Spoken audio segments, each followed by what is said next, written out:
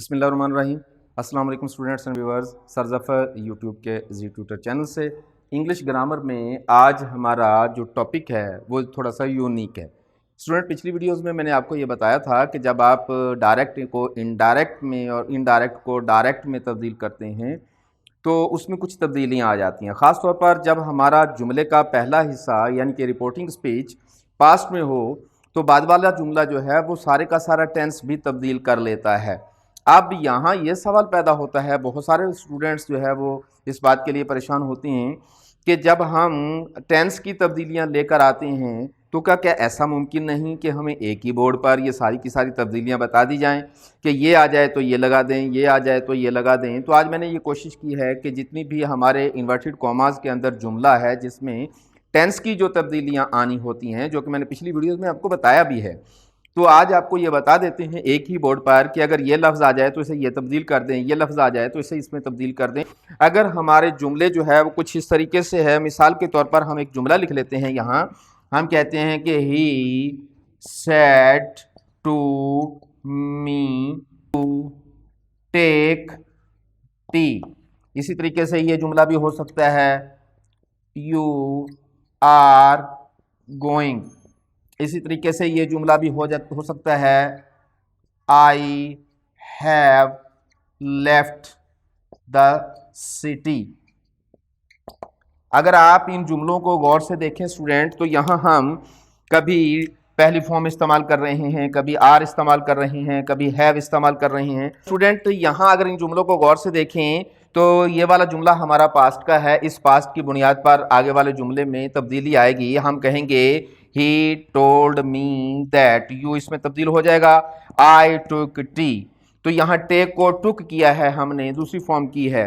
اسی طریقے سے اگر جملہ یہ آ جائے he told me that I was going، یوں ہو جائے گا۔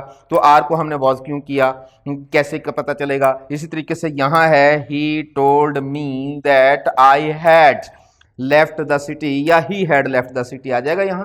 تو اسٹوڈنٹ یہ جو ہے پہلی فارم کو کہاں تبدیل کرنا ہے، اظہار اہم کو کیسے تبدیل کرنا ہے، تو یہ میں نے ایک چارٹ بنا دیا اس کا۔ اگر آپ ان تمام تبدیلیوں کو دیکھ لیتے ہیں تو پھر آپ کو آسانی سے پتہ چل جائے گا کیا ہو جائے گا۔ اگر جملے کے اس حصے میں یہ والے الفاظ آ جائیں تو یہ کنورٹ ہو جائیں گے یوں، مثلا اگر جملے کے اس حصے میں ورب کی پہلی فارم آ جائے تو اس کو دوسری میں تبدیل کر دیں گے۔ میں نے یہاں لکھا کہ ورب کی پہلی فارم انٹو سیکنڈ فارم، اور اگر یہاں سیکنڈ فارم آ جاتی، ٹک آ جاتا، تو second form will be converted into had plus third form. چونکہ سیکنڈ فارم تو اکیلی استعمال ہوتی ہے، ہیز ہیو ہیڈ کے ساتھ تھرڈ فارم استعمال کرنا پڑے گی۔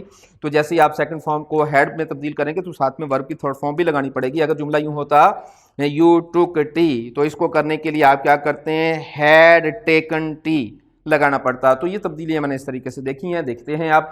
اگر اس جملے میں از آر ایم آ جائے جیسا کہ یہاں ہے ہمارے پاس تو یہ تبدیل ہو جائے گا واز اور ور میں۔ اگر یہاں واز اور ور آ جائے تو اس کو تبدیل کر دیں گے ہیڈ بین میں، ورب کی فارم وہی رہے گی جو ہے۔ اس کے بعد ہیز اور ہیو آ جائے تو ہیز ہیو کو ختم کر دیں، اس کی جگہ پر ہیڈ لگا دیں، ورب کی فارم وہی رہے گی جو موجود ہے۔ اس کے بعد ول اور شیل آ جائے تو اسے وڈ میں تبدیل کر دیں گے، ورب کی فارم وہی رہے گی۔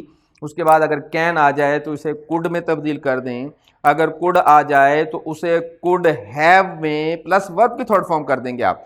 کین میں ورب کی پہلی فارم ہوتی ہے، کوڈ کے ساتھ ورب کی پہلی فارم ہو جاتی ہے، اور کوڈ کو جب کوڈ ہیو میں تبدیل کرتے ہیں تو پھر ورب کی پہلی فارم ہٹا دیں گے، اس کی جگہ پر آپ تیسری فارم کر دیں گے۔ مثال کے طور پر جملہ ہوتا آئی کوڈ گو تو پھر لکھیں گے آئی کوڈ ہیو گون، تو ورب کی تھرڈ فارم آ جائے گی۔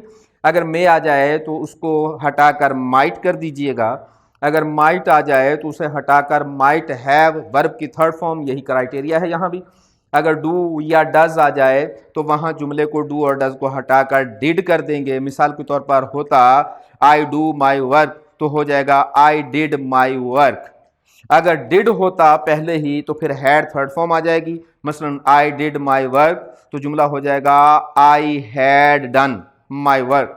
اسی طریقے سے اسٹوڈنٹ کچھ تبدیلیاں، یہ تو ہمارے پاس ہیلپنگ وربز کی تبدیلیاں ہیں، ہیلپنگ وربز کے علاوہ بھی کچھ الفاظ ہوتے ہیں جو کہ ہمارے تبدیل ہو جاتے ہیں انڈائریکٹ نیریشن میں جا کر۔ مثلا اگر اس والے جملے میں لفظ استعمال ہو جائے یسٹرڈے، مثلا یہ ہوتا I took tea yesterday,